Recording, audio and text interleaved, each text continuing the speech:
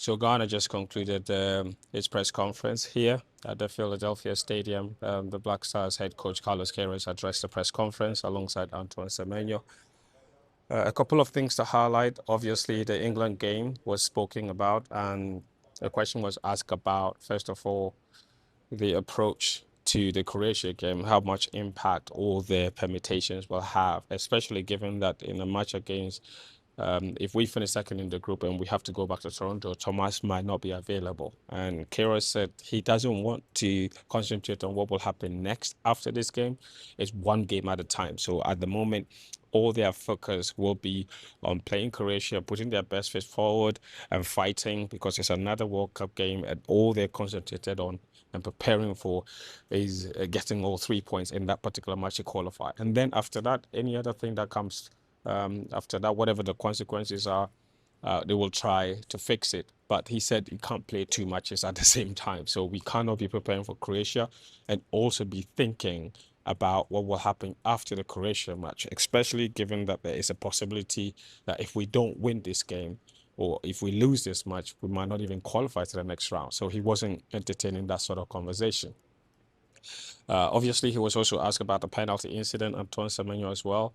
Semenyo was the one that answered first, and he said he feels like Ghanaian players need to be a little bit more aggressive around the officials, stay down a bit longer, to try to be a bit more persuasive, to force them to think twice about making the decision. Because remember that in the game against Panama, Jerome Opoku was also trapped in the box. The incident was never reviewed.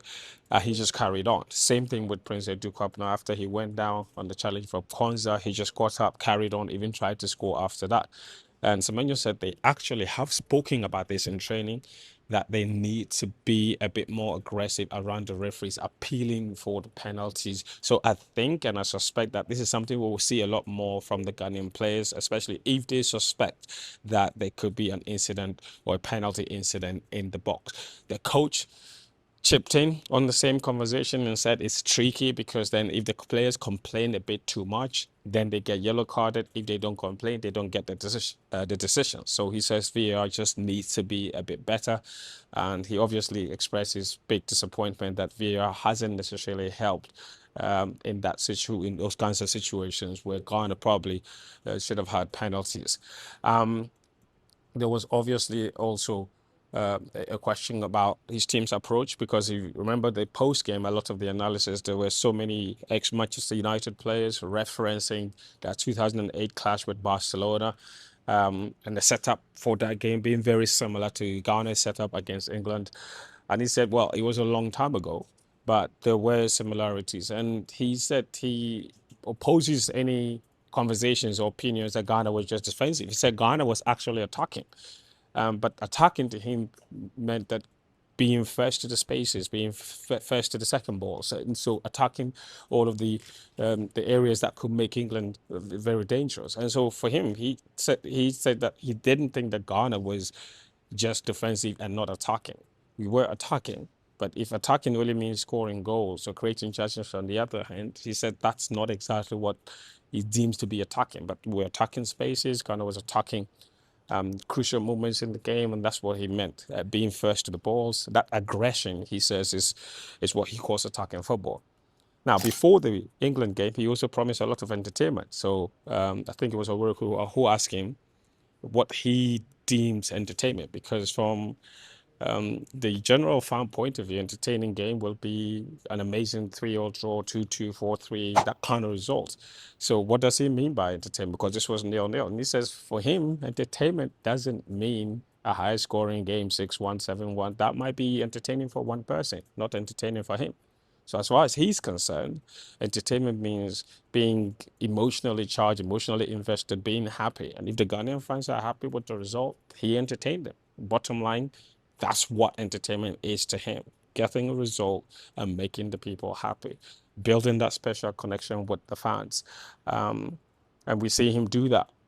Game against Toronto, went around, applauded the fans, rallied them to get behind the players. Same thing happened in the game after England. And you can tell that there's so many doubters of this national team that are being converted. And it's become a really positive atmosphere around the team that we didn't necessarily have before the start of this World Cup. But I think Carlos Queiroz has brought that back by making and building a team that is now fighting for each other. I think in the past, that's what we didn't have. Even when they won games, it looked a bit disjointed. This team looks very organized, well drilled. And that's always what can carry you very far. Remember that he came into this competition without his first choice centre back partnerships. And he's a great manager because after the game, he dedicated the victory to those players that got injured that could have been here. They were starters before the World Cup, got injured, are not here. So Salisu, Jiku, Mohamed Kudus, these are three players that could have massively improved his team. They weren't here. And yet they still featured in his plan. So it tells you what kind of guy this manager really is, and building that special connection between the fans and the players. So I think the Croatia game, the approach is going to be really simple. Ghana will go out to that game trying to win. That is the sense we get from this coach. He's going to try everything possible to try and win that particular game because nothing is guaranteed. And all of the conversations about where we could finish and who could play where, all of those things don't really matter to him. What matters to him is going there, playing another beautiful game, and trying to get a result.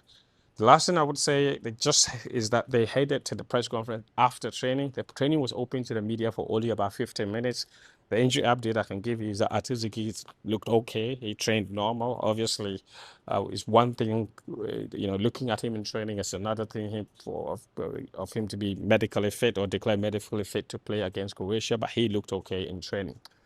And this morning's training is the only real training session that the team has had since the game against England because they played on Tuesday, had a recovery training in the morning on Wednesday. And you know what recovery training really is? It's to shake off all of the nerves and tired muscles here and there. So it's really not something tactical.